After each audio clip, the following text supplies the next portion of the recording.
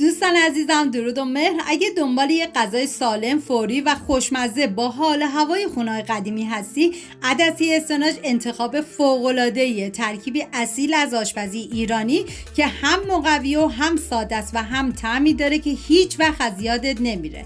پیازی که داریم به صورت نگینی کاملا ریز میکنم و ما نیاز به یک عدد سیب زمینی بزرگ داریم که طبق تصویر برش بزنید و بهتون پیشنهاد میکنم که این غذای خوشمزه رو درست کنید که هم مقویه و هم پرخاصیت و مطمئنم هر کی بخوره عاشقش میشه.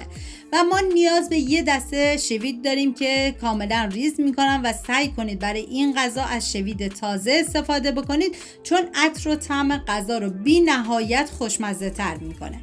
و 400 گرم اسفناج رو من کاملا ریز میکنم. واقعا جای تک تک شما دوستان عزیز خالی دست به کار بشیم و این غذای فوق‌العاده مقوی و پرخاصیت رو درست کنید.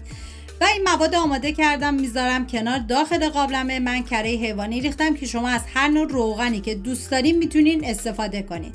و پیازی که ریز کردم و میریزم داخل قابلمه.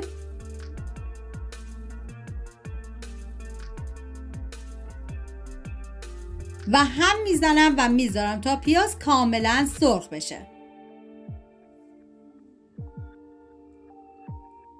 و حالا ادویه ها رو اضافه میکنم.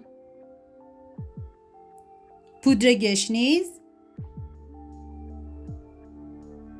زردچوبه و فلفل قرمز که شما میتونید از فلفل سیاه استفاده بکنید دیگه، کاملا سلیقه‌ایه. و هم میزنم و میذارم تا ادویه ها تف بخورن و عطر ادویه ها آزاد بشه. ببینید من چون میخوام از استاک گوشت استفاده کنم و نمک داشت دیگه نمک این غذا رو حذف کردم. و حالا اسفناجایی که ریز کردم و به پیاز اضافه میکنم و میذارم تا اسفناج کاملا سرخ بشه.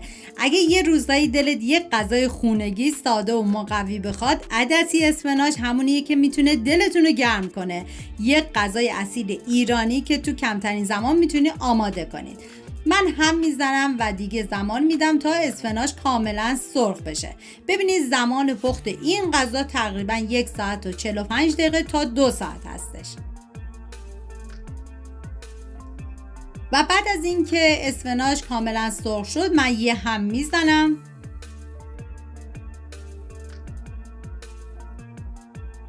و حالا شویدی که ریز کردیم و به اسفناج اضافه میکنم و هم میزنم و میذارم تا شویدم کاملا تف بخوره.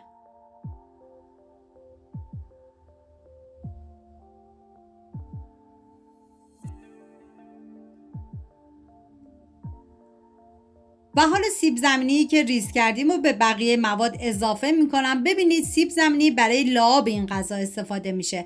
اگه شما سیب زمینی رو دوست نداشتین میتونین حذف کنید و نیم ساعت آخر یک قاشق غذاخوری آردو با آب سرد مخلوط کنید و به این غذای خوشمزه‌تون اضافه کنید.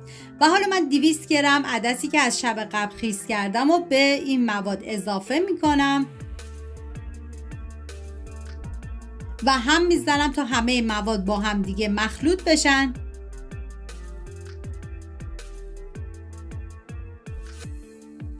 و حالا من مقداری استاک گوشت بهش اضافه کردم. الباقیرم آب جوش. شما اگه استاک گوشت نداشتین میتونین حذف کنین و همون آب جوش رو بهش اضافه کنین.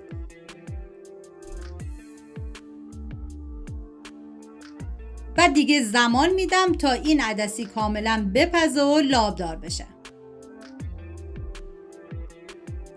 یه هم میزنم تا همه مواد با هم دیگه مخلوط بشن.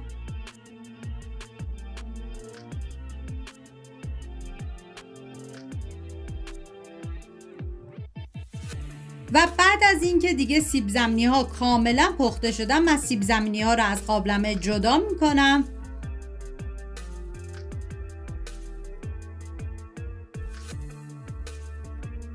و مقداری هم از این مواد رو برمیدارم با سیب زمینی ها داخل یه ظرف میریزم و با بلندر کاملا لهشون میکنم. ببینید شما میتونید با گوشتکوب دستی هم این کار رو انجام بدید، فرقی نمیکنه.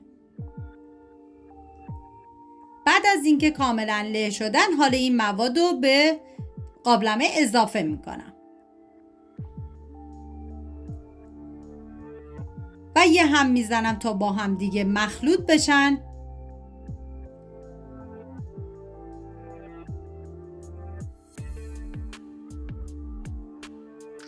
و حالا چاشنی خوشمزه این غذا که آب نارنج با گلپر استابیده هست و به عدسی اسفناج اضافه میکنم. شما اگه آب نارنج نداشتین میتونین از آبغوره استفاده بکنی، فرقی نمیکنه. هم میزنم و میذارم نیم ساعت دیگه کاملا بپزه. امیدوارم از درست کردن عدسی اسفناج لذت برده باشین. اگه خوشتون اومده حتما ویدیو رو لایک کنین و تو کامنت ها بهم بگین که این غذا رو درست کردین یا نه. اگه به غذاهای خونگی و سنتی هم علاقه دارین حتما کانال رو دنبال کنید. و اینم از عدسی اسفناج خوشمزه ما. امیدوارم درست کنید، در کنار خانواده از خوردنش لذت ببرید. در آخرم من با پیاز داغ تزیینش کردم. مرسی که با من همراه بودید. تا یه خوشمزه دیگر، بدرود.